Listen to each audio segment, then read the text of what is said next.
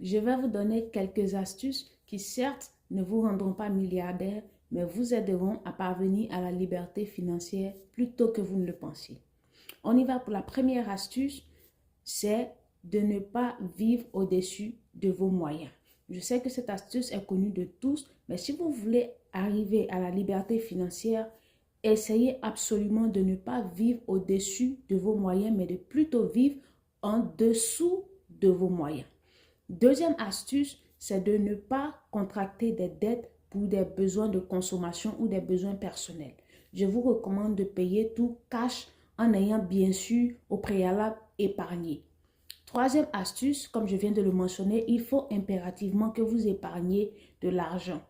Et l'astuce supplémentaire que je vais ajouter à cette astuce, c'est d'épargner et d'investir en même temps que vous épargnez. N'épargnez pas pour que l'argent reste dans votre compte en banque, mais épargnez et investissez. Et la dernière astuce, c'est d'épargner et en même temps de payer vos dettes que vous aviez déjà contractées au préalable.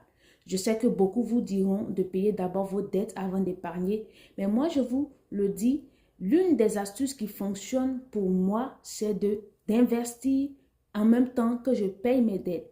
Épargnez, investissez en même temps, payez vos dettes. Comme ça, vous ferez une pierre deux coups plutôt que de chercher à payer vos dettes avant d'épargner, car nous sommes dans un monde où tout va à vive allure. Donc, épargnez, investissez et payez vos dettes en même temps que vous faites ces opérations.